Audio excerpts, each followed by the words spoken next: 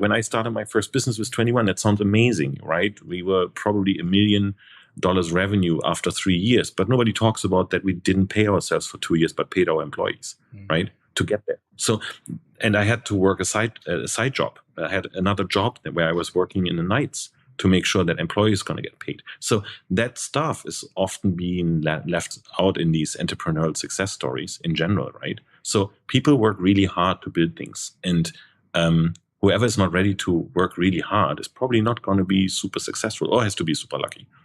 Yeah, absolutely, or both, at that, because that sacrificial part is huge, as you said. You being able to kind of work that job, to be able to kind of help pay for employees. You don't hear those stories. You see the success, you see the finish line, but you don't see all the other things. And I think that Right. sacrificial part, where we're talking about hard work, or we're talking about even kind of taking the step back. Sometimes when you make those decisions, it ends up becoming a really great part of what leads to success, but it doesn't often get mentioned as much. So I appreciate you sharing Right.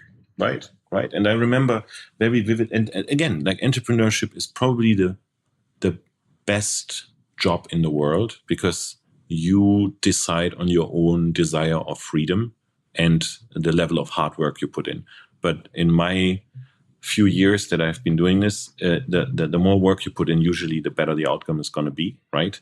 And the more you do something you really care about. I'm not talking about loving something, because I think entrepreneurs probably love, out of 30 days, they love the product, the company 2 days, and the rest 28 days they struggle with like fixing stuff. But as long as there is there is not a love but a desire for something, then I think investing time is, as an entrepreneur, is always better from my perspective than signing up for a job you're not happy in, right? But it takes diligence, it takes sacrifice. It's not easy, and a lot of people have tried.